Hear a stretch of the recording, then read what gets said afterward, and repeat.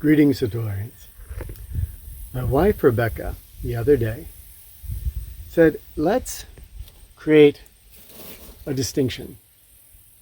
And she's very conscious of, in this entire adventure, how distinctions are something that ideally are created consciously.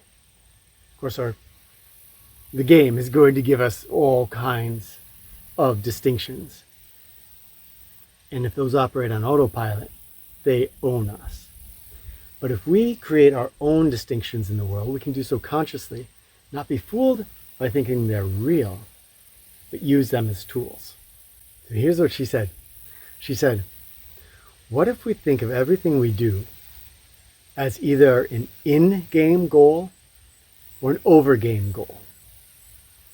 Now, in-game goals are the ones that most people are very familiar with.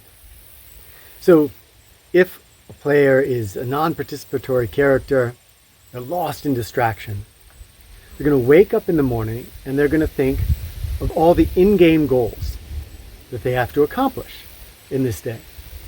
So, there's eat breakfast and wash the dishes and call such and such and go into work, get there on time, get my assignment done that my boss wants me to do. This whole litany of goals that are really there just to essentially keep us distracted in the game. And if those do their job, and the programming that we have does its job, we will be distracted by those in-game goals for our entire gameplay. And many people can go through life like this. So the entire experience that we have from born to death is of trying to accomplish our in-game goals. Now, we can also wake up and say, what are my over-game goals? Now, these over-game goals are the objectives of Satori. And I could think of them as the smaller steps on that journey that are going to bring me there.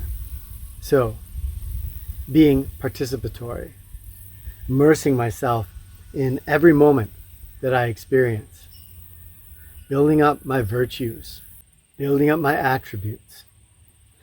And as I do those things, that's working towards the actual ultimate goals of Satori. So not being lost in distraction, but doing the work that those in-game goals are trying to hide from us. Now we can see this in some monks that take monastic vows, and they wake up every day and it's just about meditation.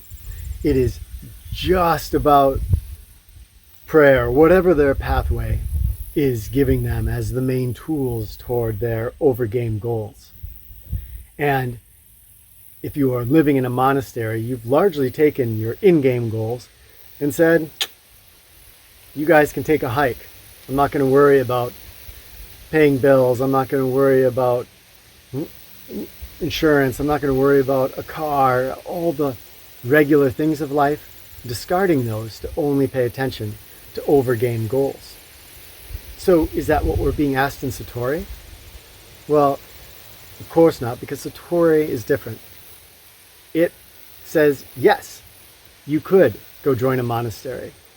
That is equally as good a place to solve Satori as in the life that you're living right now. But the key is that if we want to make this life that we're living right now, that consists largely of all of these in-game goals, then we need to turn the in-game goals into over-game goals. Now, I speak about this in the book, Becoming Dungeon Master, but it's such an important element of the game that I want to cover it here from a different angle. So, everything I do, let's say my goal, one goal here is driving to work and getting there on time. Now, if I do that as an in-game goal, I'm just going to be driving to work, listening to the radio, listening to the news maybe, and then getting there on time, cursing at the person in front of me that braked, and now there's a little traffic jam in front of me. That is playing the in-game goal game. I can do that same thing. I can go to get to work on time, and I can do that as an over-game goal. So, all right, here I go. I'm going to drive to work. Am I going to be mindful and conscious of what I do? Am I going to consider, even though it might make me late for work, stopping to help that person who has a flat tire? Am I going to drive a different route today to experience a different part of the game world? When I get to work, how am I going to engage with the people that are there? In the normal ways, or am I going to try to find clues in my interactions with them? Use my virtues in my interactions with them.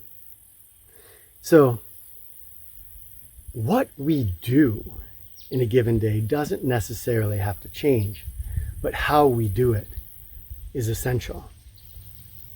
The trick to this is that even though sometimes the game will give us some interesting things that can lead us in different directions, often we'll find that the goals, the in-game goals that we had, are easier to accomplish when we are in an over-game goal mindset, simply because we are present with our experiences.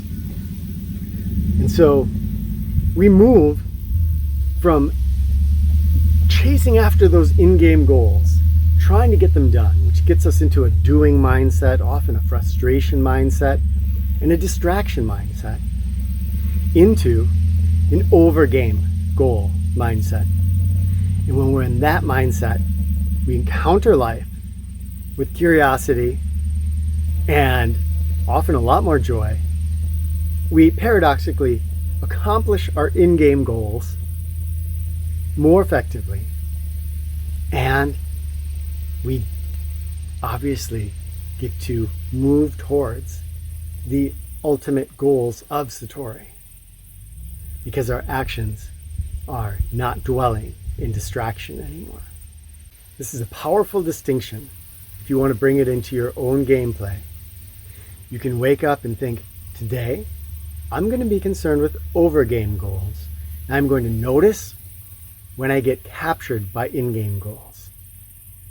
Just setting that intention in the morning and then paying attention throughout your day can help you to see when you get lost in the distractions of the game. All right, journey onward, my friends. Love to hear your thoughts in the comments.